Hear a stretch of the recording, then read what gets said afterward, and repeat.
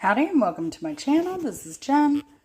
I harvested the last of the Pablano peppers. Now they're not very big, but I'm making a chicken 2 ways tonight. So I decided to make some roasted Pablano stone ground grits. So let's get at it. Now, even though I have the chicken roasting, I'm going to go ahead and change my oven over to broil and get these roasted.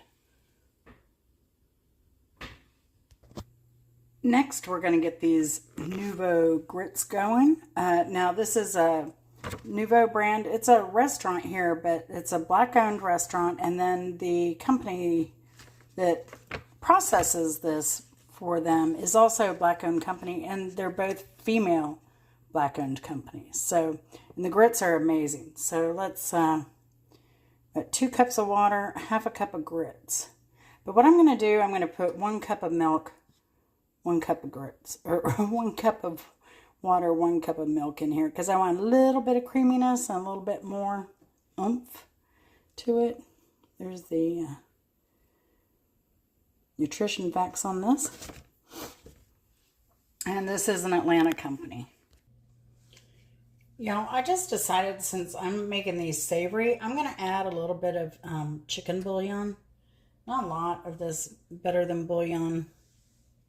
Because you have to put salt in there anyway to give them flavor.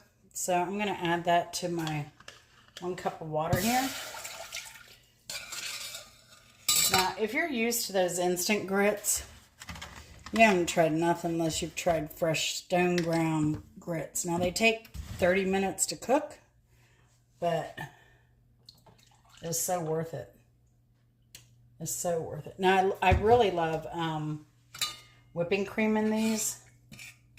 You'll see a video where I went to the Flying Biscuit, and that's what they do. They put whipping cream and a nice sharp cheddar in their grits.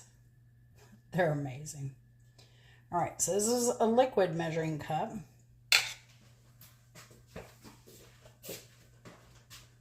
And once this comes to a boil, we will add our grits from a dry measure cup.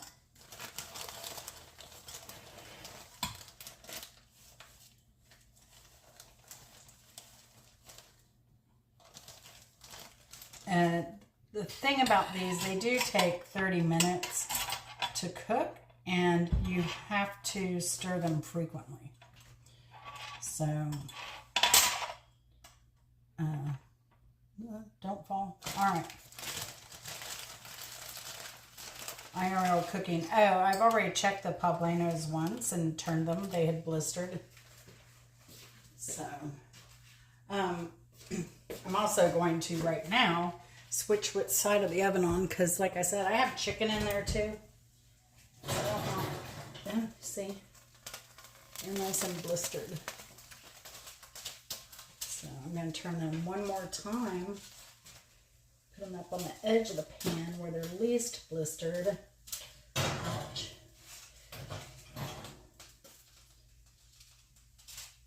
And they'll be done in just a minute. Didn't take long. Then I'm going to put them in this little bag here. And we're going to steam them to get the skins off. And yeah, these grits, do you say grits are or grits is? I say grits are. Grits are good. So, now that was the timer to change the temperature on my chicken. But since we have that roasting in there now, we're not going to do that. This is almost to a boil. And you want to have a fork to make sure things get loosened up in there.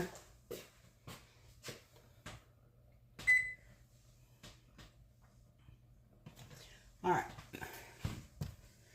Put my milk away, and we'll be right back. All right, these are out. Ooh. Dang, I just threw that. Did you see that? Going in the bag. This is about boiling. Now, to this also, I'm going to add, because I am making more of a kind of a savory type of grit. Oh, it's about to boil over. Turn that down some. I'm going to add, that was garlic. Add some black pepper into that. I'm going to add some onion powder into that. Now my inspiration for this is basically a Pablano corn chowder. That's where I'm kind of getting this from. So here go our grits. It's best, in my opinion, if you stir and add your grits slowly. But I think you have more clumping issues with those, dare I say it, instant grits.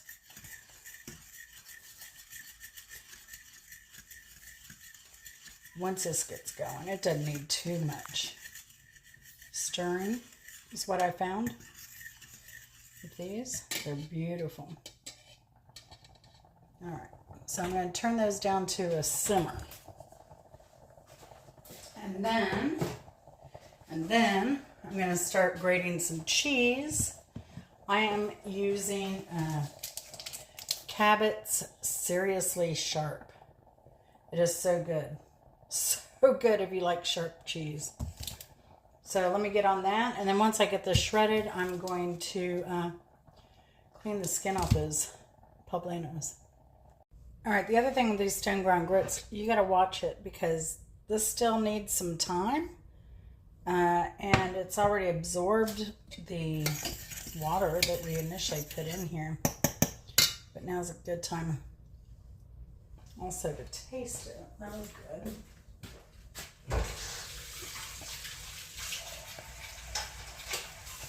So I'm going to add just a little bit of water in there.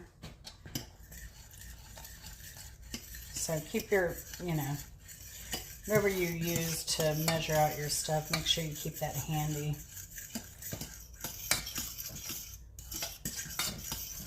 You want to stir it really well too when you do this, just to keep it evenly hydrated and not all your liquid concentrated in the middle. Or wherever you pour it.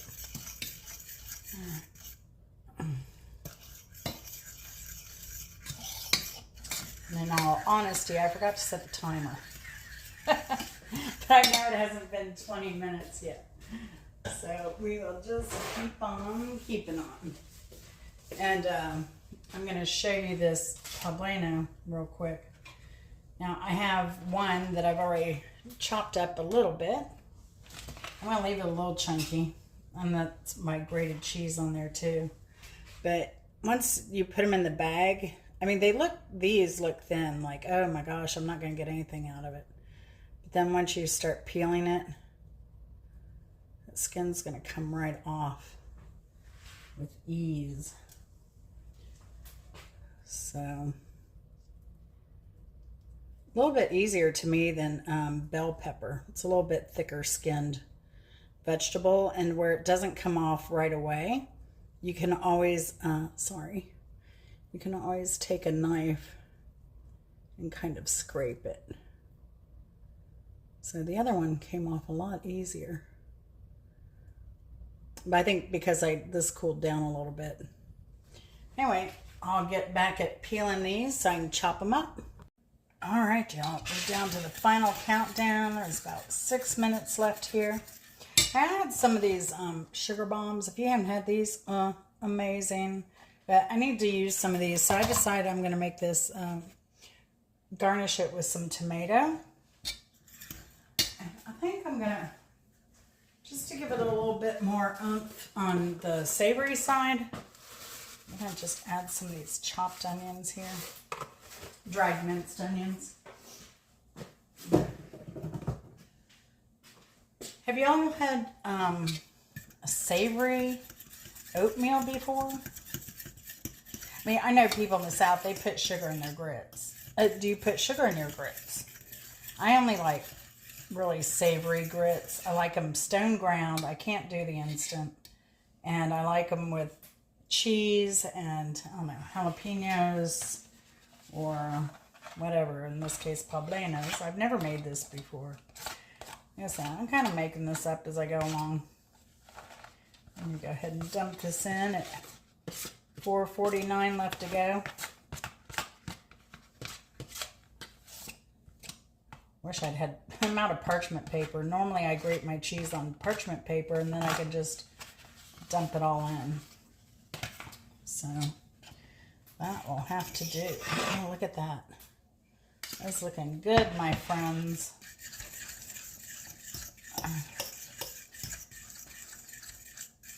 The chicken's not quite done yet. So this gets to sit a little bit and soak in all those flavors. And I'll just put the tomatoes on them right before I serve it. That's what I think I'm going to do. Now, I did taste this. It was great. There was just a hint of the chicken flavor. And I didn't want it really too salty because cheese is very salty. So I didn't want to add any extra cheese to this. So I'm going to let that sit and get happy a minute. And that's it. That's it. So that's savory, more savory grits. Just a different way to make them.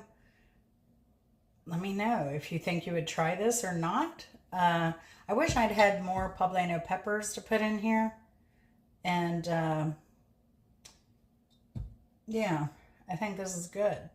But again, my inspiration was a chicken corn chowder.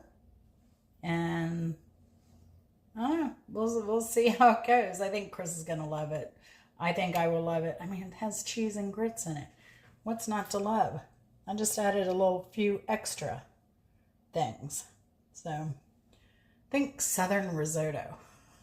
And if you've never liked grits, but you've never had the stone ground and tried it with, you know, like I say, I like cheese and jalapenos in mine. Look at that.